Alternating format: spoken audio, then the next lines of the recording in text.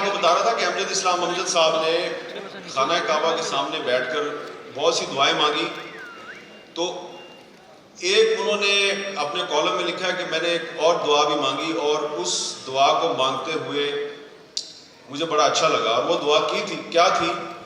وہ دعا یہ تھی کہ اے اللہ تعالیٰ، وہ تمام لوگ جنہوں نے زندگی میں میرے ساتھ بدسلوکی کی ہے ان سب کو معاف کر دے اور ان کا بھلا کر۔ تو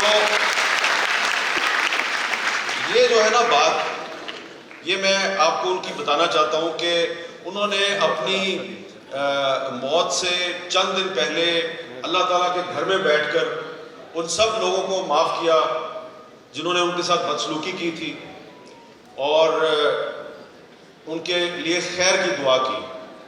تو کیونکہ یہاں نوجوان بڑی تعداد میں موجود ہیں، تو امجد اسلام امجد صاحب کے حوالے سے اگر کوئی چیز آپ ان سے سیکھنا چاہتے ہیں تو وہ یہی ہے کہ زندگی میں معاف کرنا سیکھیں، لیکن اگر کسی نے آپ کی ذات کو نقصان پہنچایا تو اس کو معاف کر دیں، لیکن اگر کوئی آپ کی دھرتی کو، آپ کے ملک کو نقصان پہنچاتا ہے اس کو نہیں معاف کرنا، اس کو نہیں معاف کرنا۔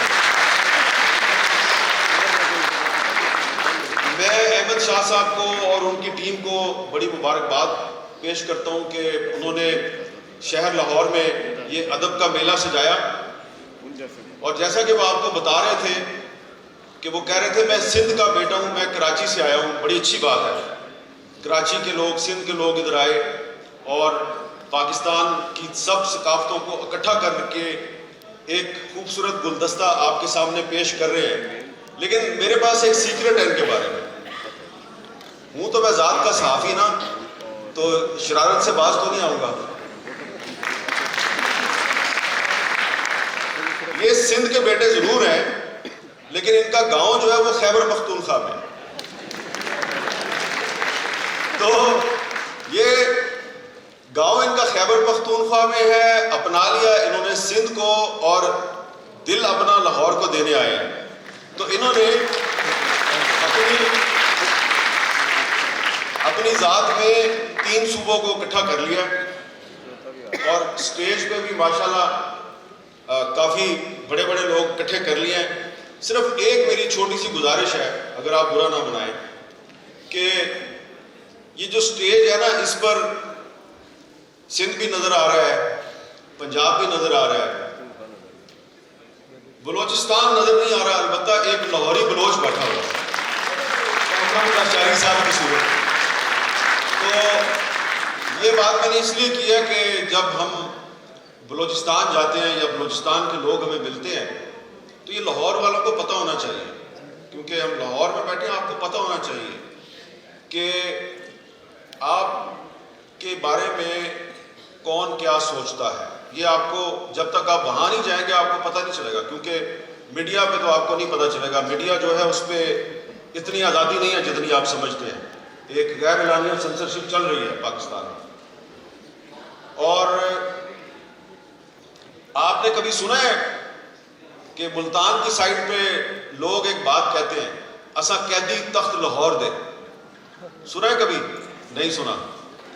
تو آپ کے صوبہ پنجاب کے اندر بھی جو لوگ ہیں وہ کبھی لاہور والوں سے شکوے کے لیے یہ لفظ استعمال کرتے ہیں، اساں قیدی تخت لاہور دے۔ حالانکہ لاہور میں زیادہ تر جو لوگ ہیں وہ اسی قسم کے مسائل کا شکار ہے جس طرح کے مسائل پشاور میں ہیں، کراچی میں ہیں، ملتان میں ہیں، کوئٹہ میں ہیں، لیکن ایک بالادست طبقہ ہے۔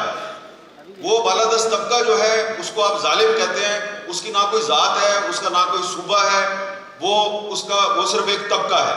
تو یہ جو احمد شاہ صاحب آپ کو کہہ رہے تھے نا کہ انہوں نے کوشش کی ہے کہ یہ 3 دن جو ہے لوگ بغیر ٹکٹ کے آئیں اور وہ لوگ زیادہ آئیں جو ٹکٹ خریدنے کی کیپیسٹی رکھتے، سخت نہیں رکھتے، تو یہ بڑی اچھی بات ہے۔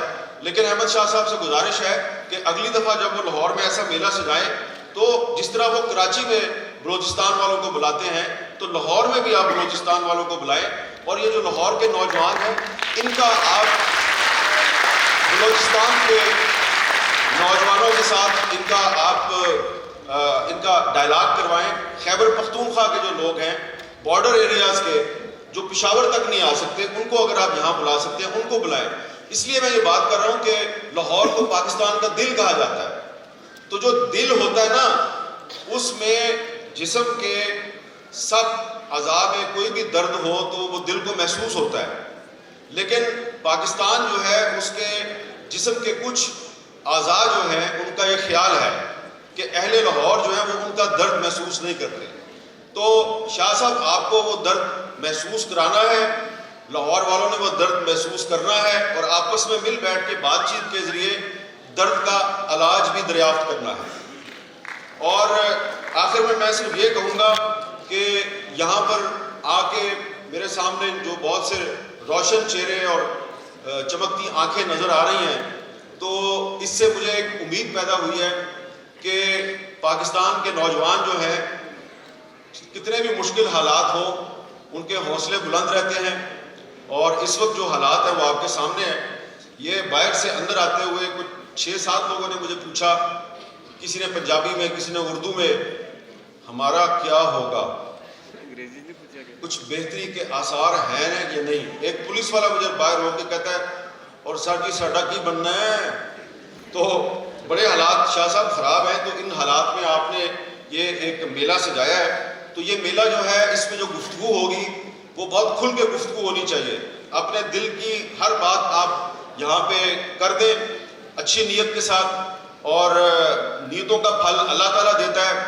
اور آخر میں میری یہ دعا ہے کہ اس ثقافتی میلے کے اچھے نتائج نکلیں اور یہاں پہ جو حکمرانوں کے بارے میں جو بھی باتیں ہوں گی وہ حکمرانوں تک ضرور پہنچنی چاہیے, کیونکہ حکمران یہاں پہ نہیں آئے, شاید انور مقصود صاحب کے خوف سے نہیں آئے. تو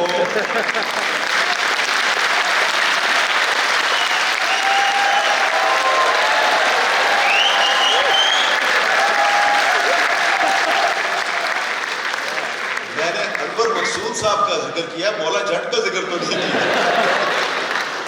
تو بس یہ ہے کہ گزارش ہے بڑی عاجزانہ انداز میں حکمرانوں سے کہ بھائی جان بس کرو, بہت ہو گئی, کچھ صرف اپنا نہ سوچو, ملک و قوم کا بھی سوچو, ورنہ انور مقصود صاحب تو بیٹھے ہیں نا یہاں.